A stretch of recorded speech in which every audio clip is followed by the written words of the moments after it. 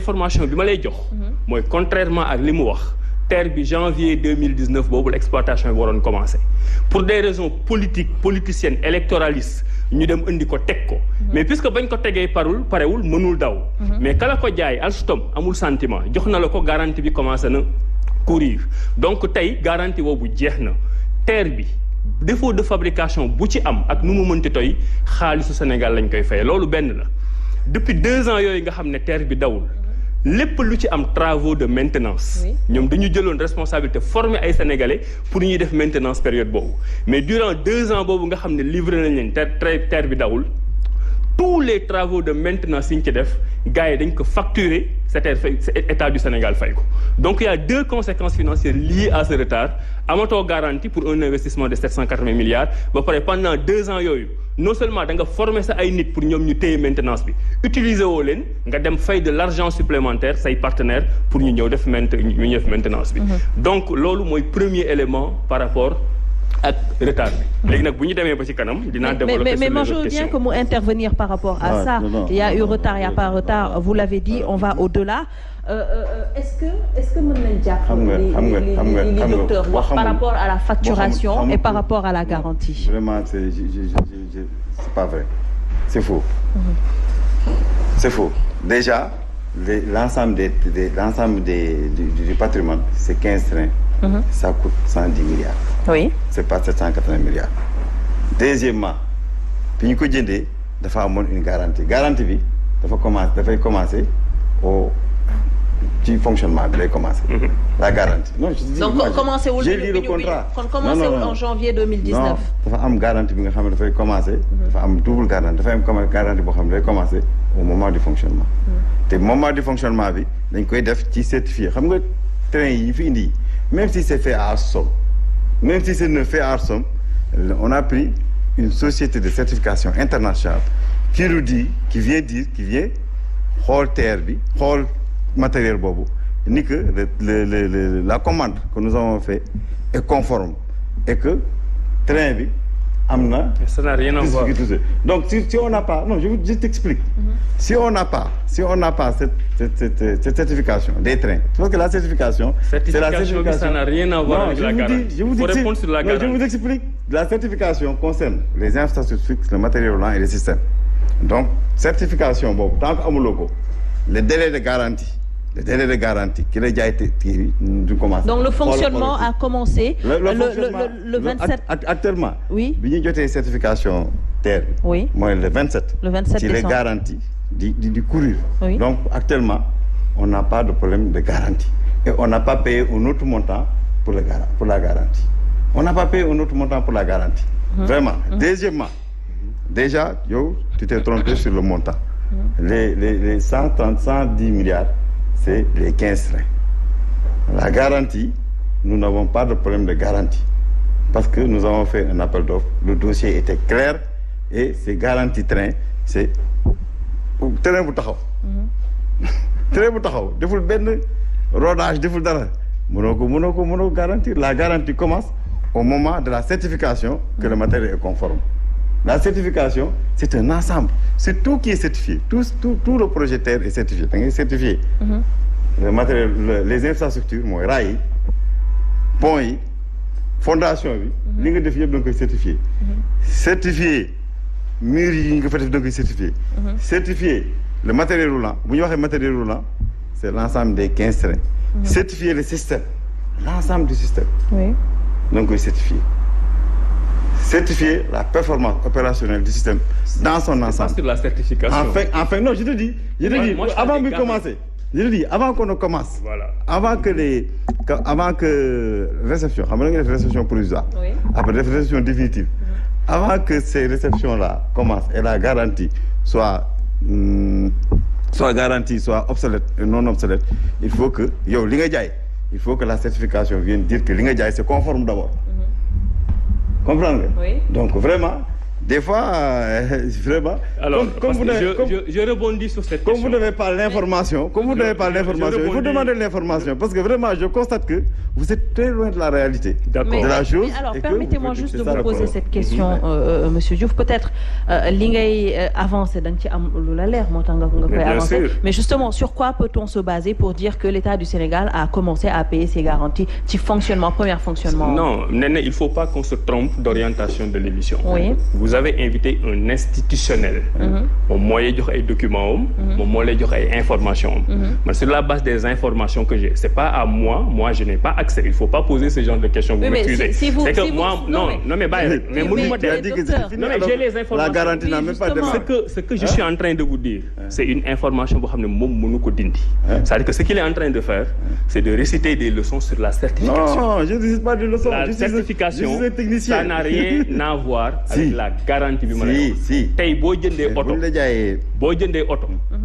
Oto bi ñu livré la ko. Garantie bi dafay commencer couvrir. Garantie bokkul ak assurance. Moom laa la wax sànq. Ba ñu leen livré. Alstom dafa considérer que garantie bi commencé na fonctionner. Tey loolu État du Sénégal bu ko bëggoon contester dafay dem contentieux. Parce que livré nañ leen matériel bi loolu te nag loolu laay bañ émission bi jëm fi c'est-à-dire bu ñu la waxee guy ga nga ne Dakar ga lire 10 minutes sur la certification pour donner l'impression que tu réponds sur la garantie li may wax ci garantie bi dafa leer et encore une fois man du ma un institutionnel boo xam ne damay dem dugg ci ay bureau génne ay informations photocopier ñëw jox leen ko mais j'ai l'information te moom mënu ko démentir moo tax mu def toute cette dissertation sur la certification ça c'est un non il faut qu'on soit d'accord sur les termes de l'émission. Voilà. Deuxièmement, docteur, s'il vous plaît. Je peux être d'accord avec vous. Je réponds à son interpellation. Oui, on peut être d'accord avec vous. Nous aussi, on a le droit de poser des questions parce que dañ ko wax, il a carrément démenti en disant que l'État du Sénégal n'a jamais payé ces garanties-là. C'est ça qu'il a dit. Léegi dama wax. Il a démenti. Léegi bu dee da ngay def kan moo war a indi preuve entre l'institution ak ki di wax kan moo war a indi preuve. Oui, mais tous les deux. Non, mais de quel moyen? Non, Aïcha, bu yàq émission bi. Non, c'est-à-dire que tey moom li muy wax mënu ko prouver te moom moo yor les documents officiels de l'administration. Loolu mooy premier élément. Sur la garantie. Loolu mooy premier élément. xam nga contrat bi c'est sur le site. Je peux continuer. On le laisse terminer. Alors deuxième élément bi mooy li may wax ne dama juum ci chiffre juumuma ci chiffre moi j'ai parlé d'un projet global de 780 milliards loolu laay wax boobu ba léegi sur les détails après mën nañ ci duggal garantie des trains. Alors Serigne Saliou, la question de la transparence sur le projet TER bi gis nga déjà coow bu mu jur lan lañ ci mën a jàpp concrètement on a l'impression que on ne sait pas ce qui se passe qu'il y a une mauvaise communication yow naka nga ko jàngatee? Je rejoins exactement ce que Abdourahmane a dit sur d'abord l'inexistence d'un site, en tout cas afférent aux terres, parce que je crois que on a les mêmes atomes crochus, parce que man aussi j'ai tout fait pour accéder à un site d'information boo xam ne sur le terre, mais je ne l'ai pas. Même APIX boo duggee présentement seen site du dem dafa bloqué. Il y a beaucoup de sites aujourd'hui du gouvernement boo ci duggee du dem. Depuis quelques jours. Boo ci duggee du dem. Je ne sais pas la raison pour laquelle, mais on ne peut pas accéder en tout cas à ces informations-là. Le problème de la transparence, ça se pose. Xam nga parce que depuis bi ñu lancé TER ba léegi, il y a eu beaucoup de chiffres qu'on avance par-ci, par-là, des chiffres contradictoires. C'est-à-dire tey bu ñuy waxee chiffre bi bu subaa ñeneen waxaat beneen chiffre. Finalement, on a l'impression que la communication même gouvernementale sur les chiffres du TER, ce n'est pas calibré. Parce que à maintes reprises, da ngay gis par exemple monsieur Ndéné Sall qui est là tey day joxe benn chiffre ci benn affaire bu subaa mu joxaat la ci beneen chiffre. Le président de la République day ñëw tey mu jox la bii chiffre. bu subaa mu joxaat la beneen chiffre. Finalement, on ne sait plus à quel chiffre se vouer. te loolu pour man dafay poser un problème de crédibilité et de transparence même sur le TER. Que ça soit au niveau de l'achat du TER, même pour le financement. Ça dafay poser problème. Sur les prêts qu'on a reçus dafay poser problème. te loolu maa ngi ci joxe benn exemple. La BPI, la Banque publique d'investissement. xam nga l'argent xaalis bi ñu joxe pour la pré-exploitation xam nga ñoom ñoo ko lewla Sénégal. Oui. Les 19 milliards. Les 19 milliards même 600. 17 milliards 600. mais soo demee ci document bi waa BIC joxe le bureau d'information gouvernementale. Et monsieur Ndéné Sall aussi vous avez fait une contribution sur ça. Oui. Mais ils ont mis BPI 13 milliards. 13 milliards alors que Amadou Hott a signé 17 milliards 600. loolu c'est déjà un problème. On ne peut pas nous l'expliquer. Déjà da ngay gis tey ñu ne la pour le financement prêt yi AFD li la joxe BID li la joxe Trésor français li la joxe comment dirais-je AFD li la joxe le reste l'État du Sénégal. Mais qu'on nous dise l'État du Sénégal ñaata la joxe. Moi je crois que pour la transparence chaque fois da ngay ne État Sénégal lii la joxe boo ko fexee ñun ñu mën a calculer réellement ndax loolu la joxe loolu joxe loolu. On nous sort un chiffre de 780 milliards même 780 milliards yooyu jusqu'à aujourd'hui on ne nous a pas dit réellement 780 milliards yooyu ci lan la dugg. nga baal ma te hors taxe la te hors taxe boobu dinañ ci ñëw. hors taxe jusqu'à présent on nous a pas dit parce que on est parti d'un chiffre de 568 milliards. 558 milliards. Après dem nañ si 662 loolu je répète lu monsieur Ndéné Sall waxoon finalement ñu ne 780 milliards et une fois le président de la République. Je me rappelle, c'était le 31 décembre 2018, au Palais. Et ce jour-là, c'est même Khalifa Diakhaté qui lui avait posé la question sur la terre. Le président avait parlé en disant que, initialement, c'était 658 milliards. Mais bi mu waxee avenant yi wax li ñuy emprise yi li ñu ci fay yëpp finalement le président a dit 702 milliards ni plus ni moins. Exactement, c'est ce qu'il a dit. Hors taxe toujours. Aujourd'hui, on nous dit 780 milliards. 780 milliards. Même 780 milliards, on a des problèmes par rapport à ça. Monsieur Ndéné Sall wax na léegi pour l'achat des Coradia polyvalents, c'est 110 milliards. Mais pourtant, j'ai un document boo xam ni on a mis 152 milliards. 152 milliards, 110 milliards plus 42 milliards, phase 1, phase 2, 152 milliards. Lolo, il faut aussi qu'on nous l'explique.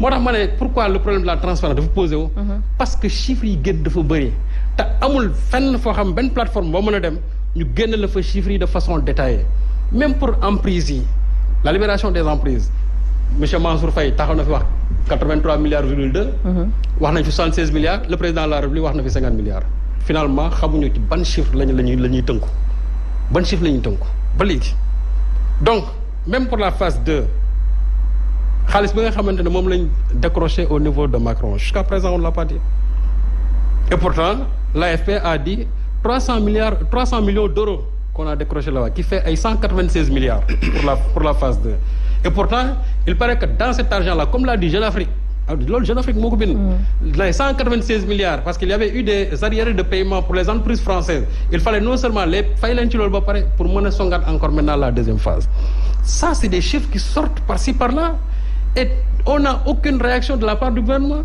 parce que même ñoom seen chiffres yi te loo xam naa nañ del soit tout à l'heure dama koy bàyyi moom ba mu wax ba pare il a donné joxe na ay chiffres yu dul jeex en maintes occurrences chiffres yoo xam ne ni benn bokku ci ak sa morom finalement ñun dañuy dem ba caag ñu ne loolu nag dafay poser un problème de transparence parce que xamul bon mooy tey ñu ne 15 milliards ba caag ñu ne non après ñu ne 16 milliards ñu ne non 16 milliards 15 milliards ak 16 milliards benn la non du benn parce que une fois seetaan naa la nga ne non 780 milliards ak 800 milliards benn la non du benn c'est-à-dire quand on donne un chiffre bu dee virgule 0,1 il faut nga dire exactement virgule 1 parce que loolu ci lañ mën a xamee ne dërëm bi fii la dugg mais dès l'instant qu'il y a un différentiel entre les chiffres loolu dafay poser un problème même de transparence te tey comme ni ko Abdourahmane waxee mënoo dem ci benn site ba nga gis fa en détail c'est-à-dire tout ce qu'il y a par rapport à ce terre-là ni pour les emprunts ni aussi pour les dépenses ba léegi doo ko xam tey même pour les PAP les personnes affectées par le projet